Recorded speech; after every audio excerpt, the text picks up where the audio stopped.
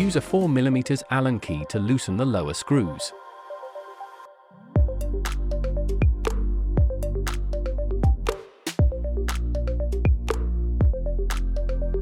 Then remove the screws. This way, the lower can be removed. Take the bottom-out bumper and spacer off the compression rod. Remove the preload adjuster cap.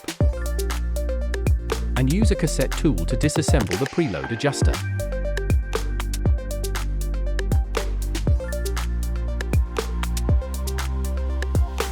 And then take out the coil spring and compression rod assembly.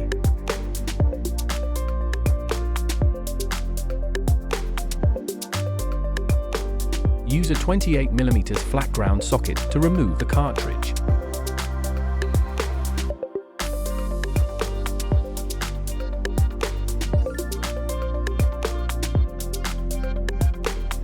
Use a clean lint-free rag to clean the inside of the stanchions.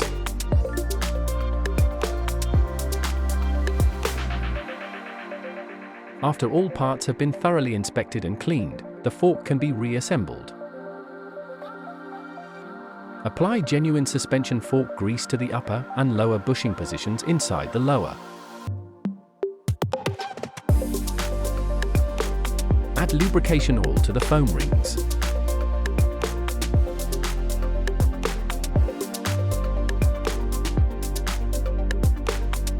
Apply a liberal amount of grease to the rod of the damping cartridge.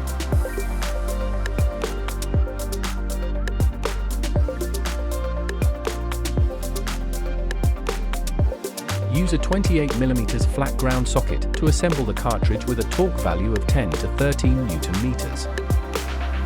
Apply grease to the rubber bumper of the compression rod assembly.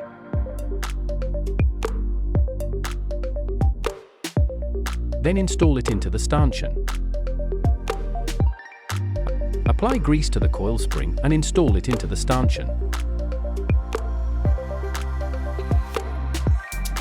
Then install the preload spacer and the adjuster.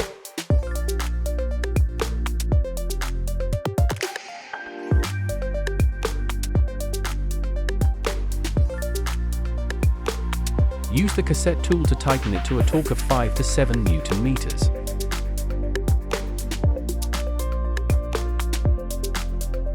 Clip the cover back onto the preload adjuster. Install the bumper, and then apply grease on the contact surface between the spacer and the bumper.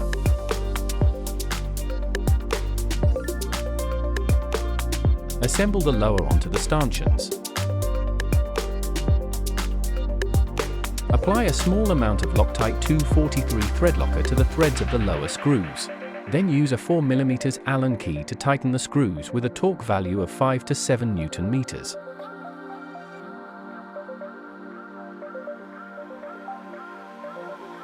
Then use a 4mm Allen key to tighten the screws with a torque value of 5 to 7 Nm.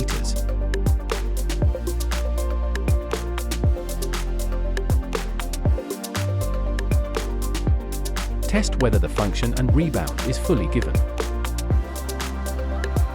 And the fork is performing smoothly once the preload is dialed out entirely.